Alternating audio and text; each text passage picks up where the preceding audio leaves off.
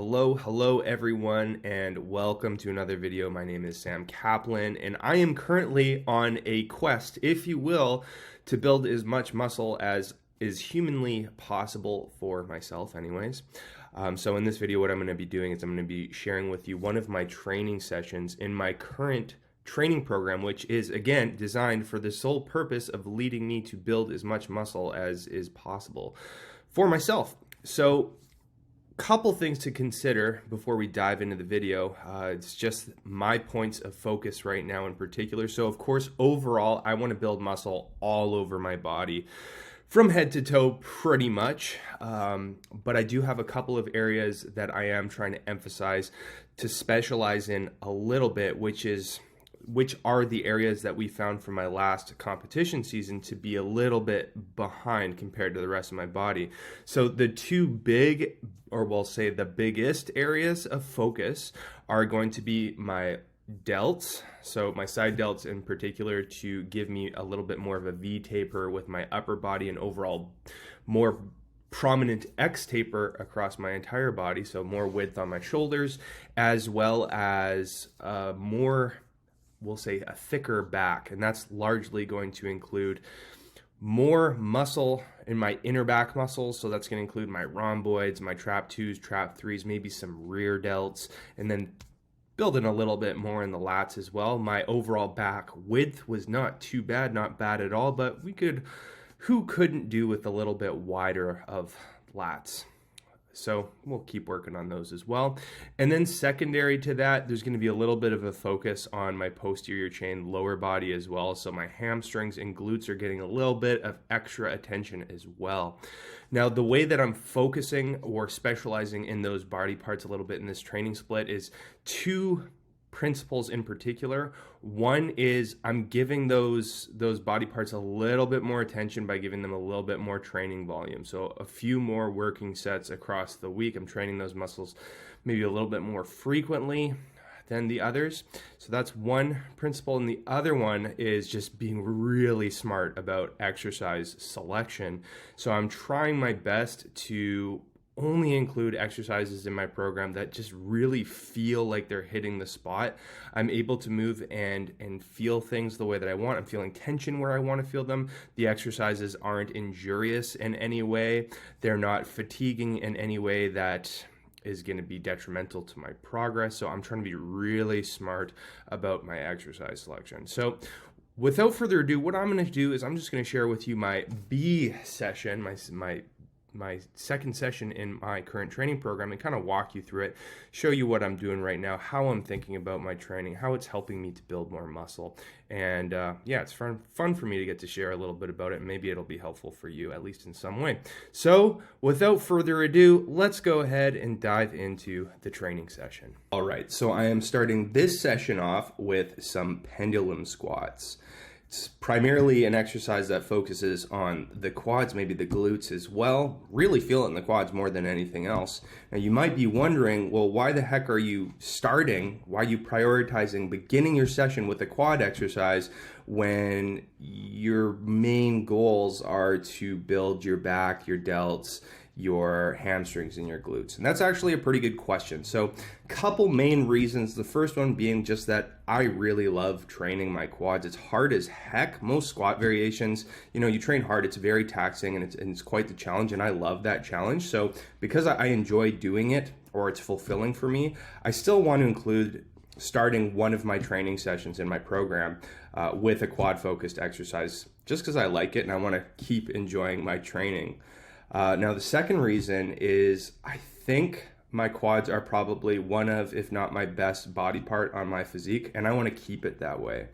Something that I actually distinctly remember is when I was in my last couple of years of university, which was for classical music, I had a visiting prof. He was talking about auditioning for orchestras, and he said that the candidates that would audition, that would perform the best and often win the auditions, were the ones that had freak elements to their playing. So like maybe overall they had weaknesses with their playing or whatnot, but they also had one or a couple of qualities about their plane that was just mutant-like, just freaky.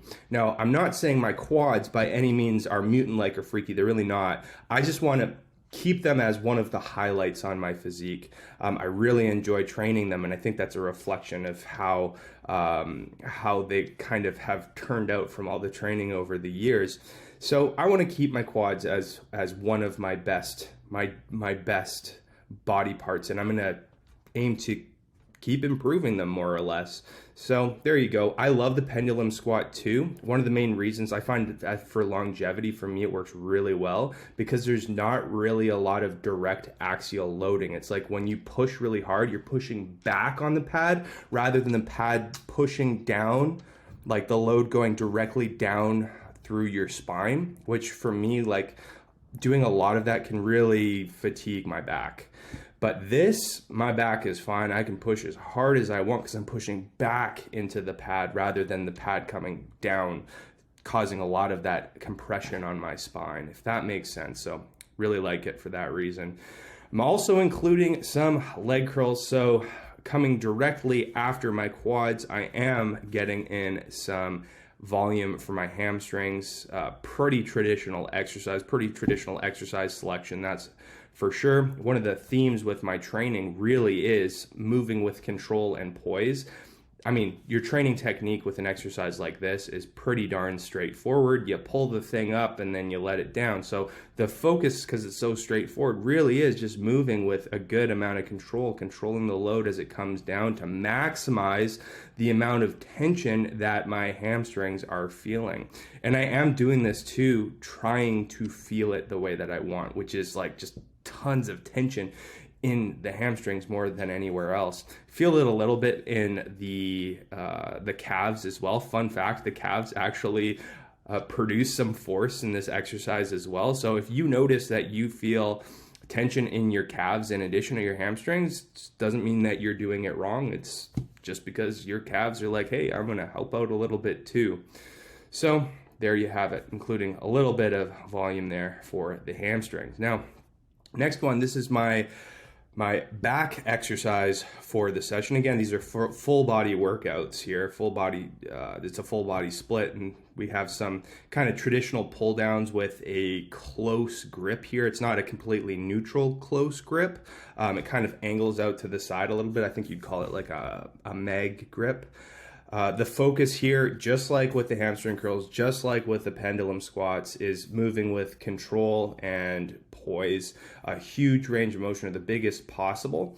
The emphasis going to a couple places, so big stretch at the top of each rep, so you can see when I am bringing the cable attachment above my head, I'm actually letting it stretch out all of my back musculature.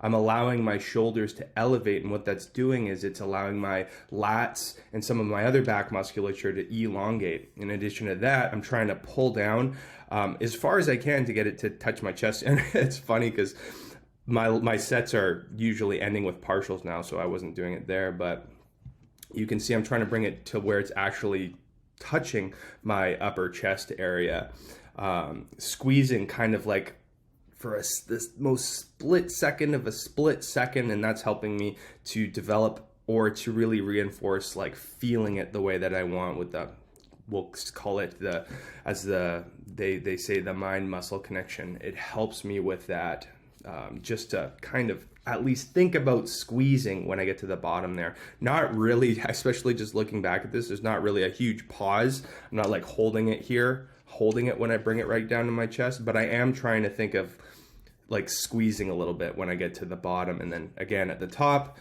letting everything stretch out, and then ending the set with a couple of partials. That really seems to be hitting the way that I want. End each set with a pretty decent pump in the lats.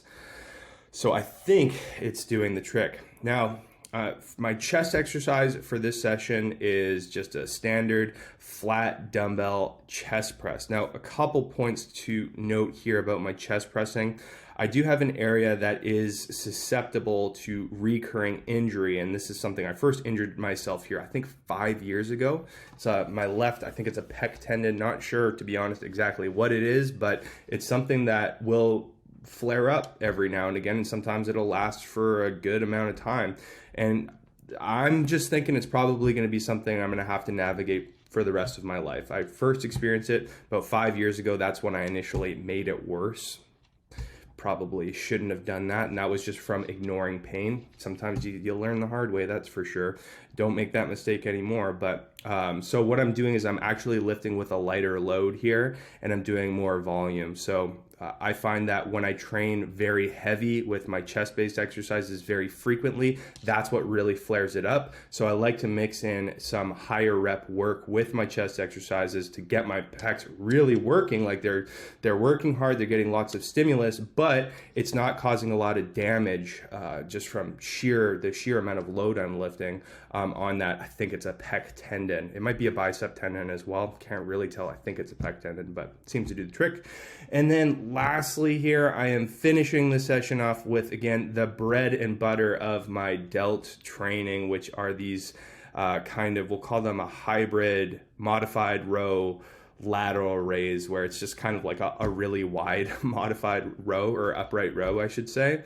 And again, the reason I'm doing these, I'm picking these over like a traditional kind of a lateral raise with dumbbells or cables, is because they just, honestly, they feel like they are hitting in the exact right place. And I have done a lot of experimenting with my lat training over the years, and usually there's something about the exercise that I don't like especially with most standard lateral raise variations where I'm trying to really keep my elbows straighter. Usually I find that I'm just not feeling tension the way that I want to be feeling it.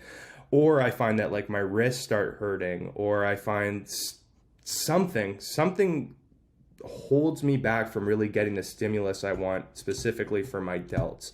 With these, my delts burn like crazy the whole time. It feels like it's really just so focused exactly where I want to be feeling it, that, hey, might as well include it pretty much in every one of my sessions. So I'm doing this exercise like 5 or 6 times a week.